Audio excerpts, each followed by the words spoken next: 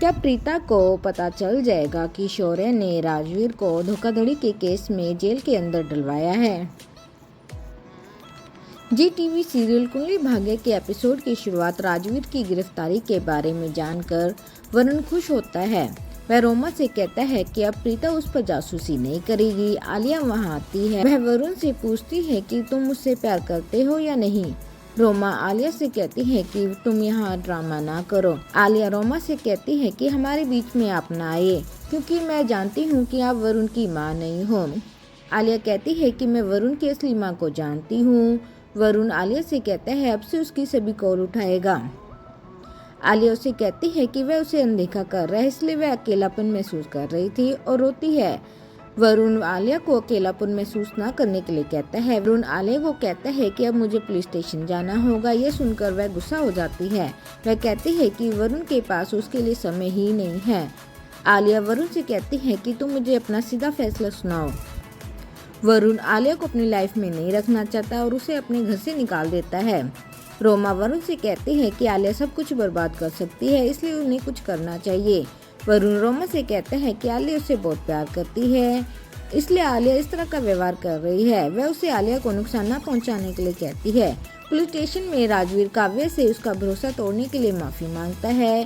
काव्या उसे माफी ना मांगने के लिए कहती है क्योंकि उसे अब भी उस पर भरोसा है।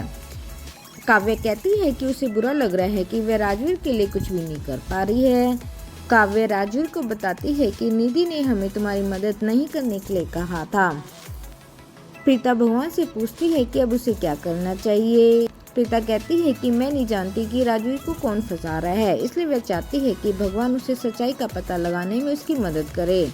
दलजीत का कहना है कि पलकी सारे हदी पार कर रही है।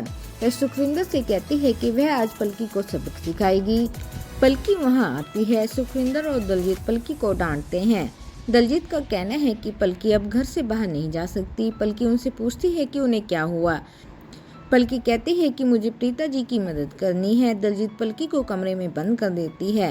वह कहती है कि वह पलकी की माँ है और मैं जानती हूँ कि पलकी के लिए क्या अच्छा है क्या बुरा। सुखविंदर दलजीत से कहती है कि उसने गलत किया। शनाया उन्हें बताती है कि यह गलत है। दलजीत शनाया को उसके कमरे में जाने के लिए कहती है।